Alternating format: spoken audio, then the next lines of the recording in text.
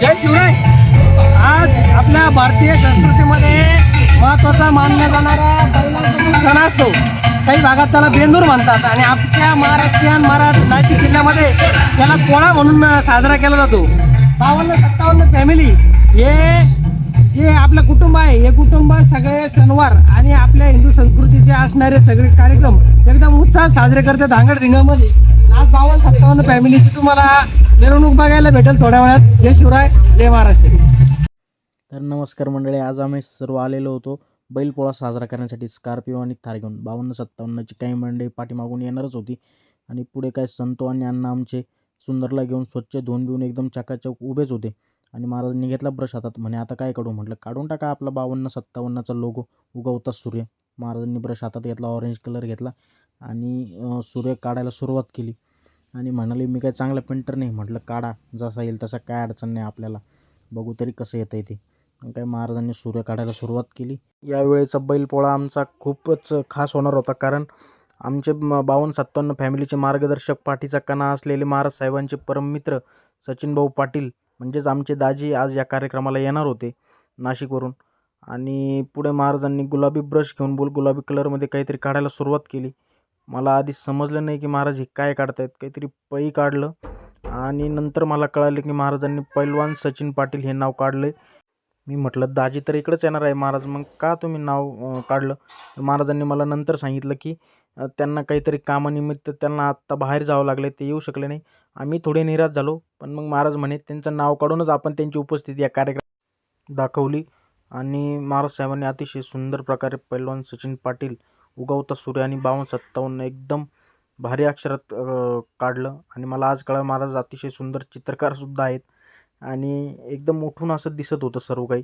महाराजांना म्हटलं पिवळ्या कलरमध्ये थोडंसं हे वाटतंय, म्हणून मी काढायला गेलो तर सुंदरने दिला ना माझ्याच अंगावर सगळा कलर सांडून, दिला कलरचा सगळ्यांना सत्यनारायण करून. पुढे महाराजांना म्हटलं मला तुमचंही नाव काढायचं आहे, म्हणून महाराज नाव काढायला गेलो. शेवट राहिलं आणि सुंदरने मारली ना मोठी उडी. तेवढ्यात पुढून आमचा किंग कोब्रा भाऊ डीजेचा साऊंड घेऊन आला होता मालखेड्यावरनं. पुढे आमचे रवी भाऊ फारच लवकर आले होते, 11 सांगून संध्याकाळी 5 वाजता आले. त्यांच्यानंतर आमचे बापूसाहेब आले, तेही खूप उशिरा आले होते. त्यानंतर महाराज साहेब आमचे निघाले आवरून सावरून.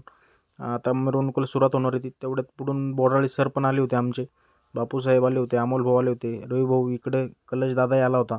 आणि नंतर सुंदरला सोडून आम्ही मिरवणूक काढण्यासाठी निघालो सगळे बाहेर.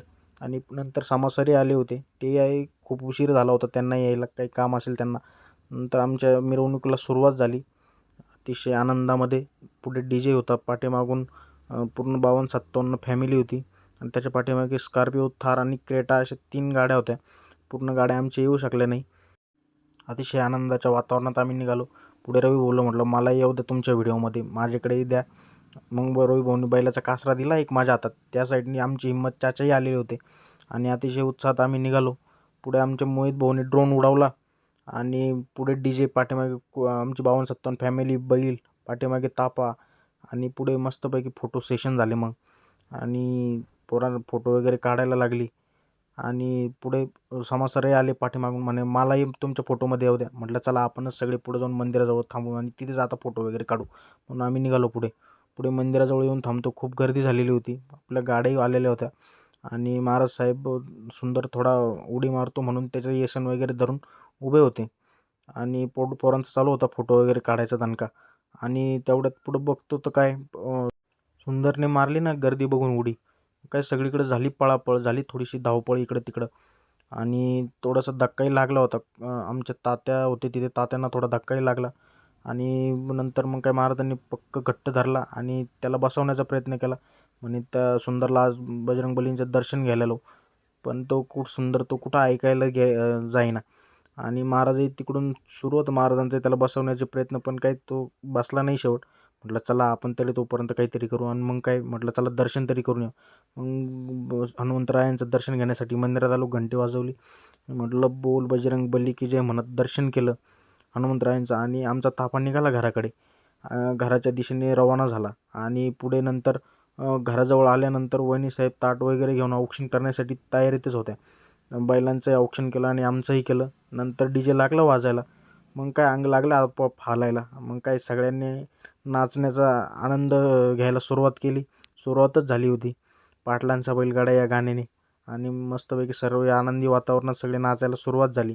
रविभाऊही रंगात आले होते. तिकडे बापूसाहेबही अत्यंत आनंद घेत होते नाचण्याचा आणि नंतर आमचे बोराळे सरही लागले नाचायला इकडे या साईडला. त्यांच्या पाठीमागे सनी होता. आमचे समाधान सर समाज सरही अत्यंत उत्कृष्ट असे नाचतात गाण्यांवर. तेही मस्तपैकी तालात ताल मिसळून नाचायला सुरुवात केली. इकडे रविभाऊ बापूसाहेबही आले होते आमच्या आता रंगामध्ये एकदम टकाटक. तिकडे कलशदादा, पाठीमागे बिट्टू भाऊ, इकडे सनीदादा, मोहित आणि सर्वच आलेले होते. पाठीमागे बोराळे सर होते आणि सगळेच, मयूरही होता. एकदम आनंदी वातावरणात तेवढ्यात अमृतरावने घेतलं ना महाराज साहेबांना उचलून. मग काय नुसता धिंगाणा. पोरंही कुठं ऐकायला जाईना की आमचा एवढा दलशा. पण बाकीचे जे मेंबर आले नाहीत त्यांनाही असं वाटत असेल हा व्हिडिओ बघून की आता आपण जायला पाहिजे होतो. पण आता काही उपयोग नाही. आता पुढच्या वेळेस तुम्ही सगळ्यांनी लवकरात लवकर हजर राहा आणि अशा आनंदात सहभागी व्हा. मग काय पुढे महाराजांनी 52-57 हे 5-2 5-7 अशा हवाबावदारीत वाकायचा प्रयत्न केला आणि अशा प्रकारे आमचा बैलपोळा अतिशय आनंदी वातावरणात साजरा झाला. आणि असेच आमच्या 52-57 फॅमिलीचे नवीन नवीन व्हिडिओ बघण्यासाठी चॅनलला सबस्क्राईब करा, शेअर करा आणि बेल आयकॉन दाबायला विसरू नका. धन्यवाद.